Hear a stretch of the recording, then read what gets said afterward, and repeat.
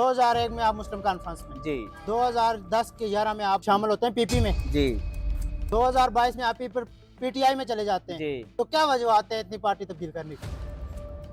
धन्ना को खत्म करके अलग सब डिवीजन बनाना चाहते हैं, तो धन्ना वाली आवाम के लिए क्या होगा? अस्सलाम वालेकुम नाज़रीन, आप देख रहे हैं इक़्तिदार का खेल।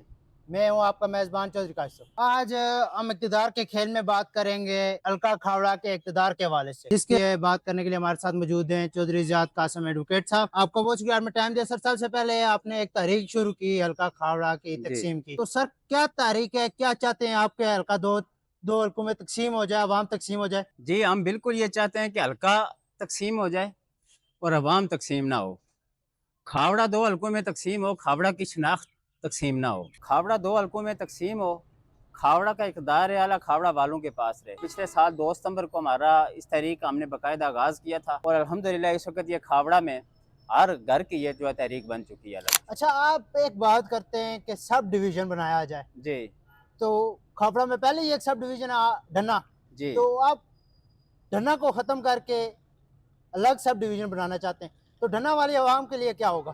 देखें जी, ढन्ना के लोग जो हैं उनकी एक बड़ी तारीखी जदोजहद है अपने इलाके के लिए, और मैं ढन्ना के अवाम की जो काविशें हैं उनकी लीडरशिप को सलाम पेश करता हूँ। तो ये तासर 100% गलत है कि हम खुदा न खास्ता ढन्ना की जो है वो तहसील को वहाँ से शिफ्ट करवाना चाहते हैं। खावड़ा इतना बड़ा हल्का है जिसकी 13 यूनियन कौंसल हैं और जिसकी 3 अजला के साथ हदूद मिलती हैं और चौथी तरफ वो पाकिस्तान से मिलता है। तो खावड़ा के अंदर एक नहीं, कम से कम 3 इंतजामी यूनिट की गुंजाइश मौजूद है। तो हम ये चाहते हैं कि शर्की खावड़ा के जो लोग हैं जो ढन्ना मुंसलिक हुए वो तकलीफ़ से दोचार हैं।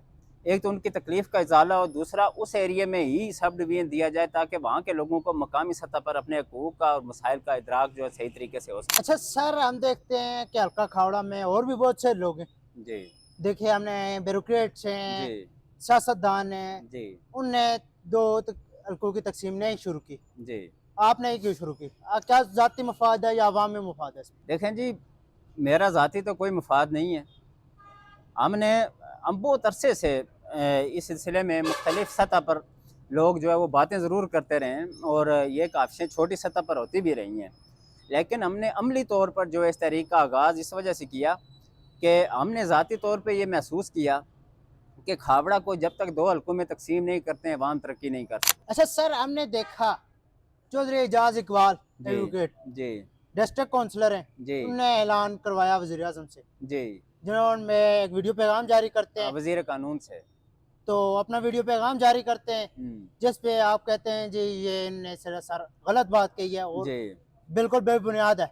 जी उसी पे दूसरे दिन वही वज़ीर कानून मियाँ वहीद साहब जी वीडियो पैगाम जारी करते हैं, आप खामोश हो जाते हैं। वजह? जी। गुज़ारिश ये है कि एजाज़ इकबाल साहब जो हैं वो हुकूमत नहीं है, मियाँ वहीद साहब हुकूमत हैं। एजाज़ इकबाल साहब की स्टेटमेंट कोई मानी नहीं रखती, ज़बानी स्टेटमेंट, वो एक तयशुदा प्लान था कि ताकि जो है धरना ना हो। अच्छा सर, मियाँ अगर हम बात करें, देखें उन्होंने वज़ीर आज़म से बात करो, वज़ीर आज़म कह रहे हैं जी हमने नोटिफिकेशन कर दिया, जी ठीक है। जी, वज़ीर-ए-आज़म ने बिल्कुल कहा ही वज़ीर नहीं। आज़म वीडियो में कह रहा है कि हमने नोटिफिकेशन मेरी कर दिया, गुज़ारिश सुन तो लें कि आप उसकी बात नहीं सुन रहे। आपने वीडियो को गौर से नहीं देखा। वज़ीर-ए-आज़म साहब के साथ खड़े-खड़े किसी मकान के छज्जे के नीचे तस्वीर बनी है। वज़ीर-ए-आज़म की ज़ाती कोई स्टेटमेंट नहीं है, ना ही कोई इंटरव्यू है। सर अगर बात करें, एक बंदा नीलम के हल्के से है, वो हल्का खावड़ा पे वीडियो पैगाम जारी करता है, वहीं आपका मौजूदा एमएलए है, एमएलए नहीं है, कायम मकाम सदर हुँ। स्पीकर मौजूदा हैं, तो वो क्यों नहीं जारी कर सकते पैगाम? ये इंतहाई आपका ज़रूरी नोयत का क्वेश्चन है।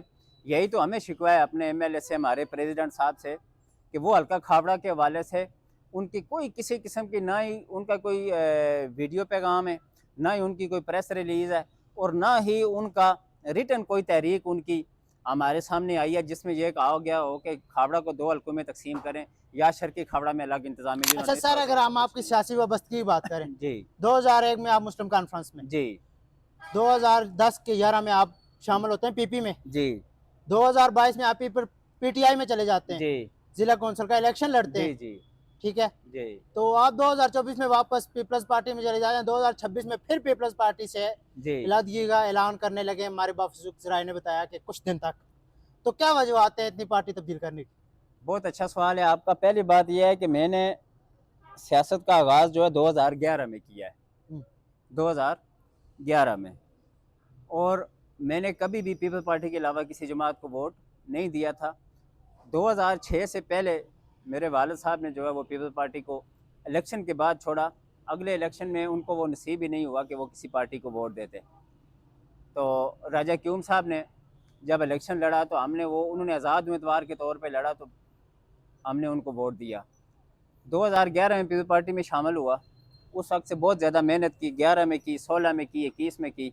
जब बलदियाती इलेक्शन आए तो लतीफ़ अकबर साहब ने मेरे साथ बदतरीन ज़्यादती की टिकट के मामले में, और मैंने उसका रिएक्शन दिया और मैं पीटीआई में चला गया।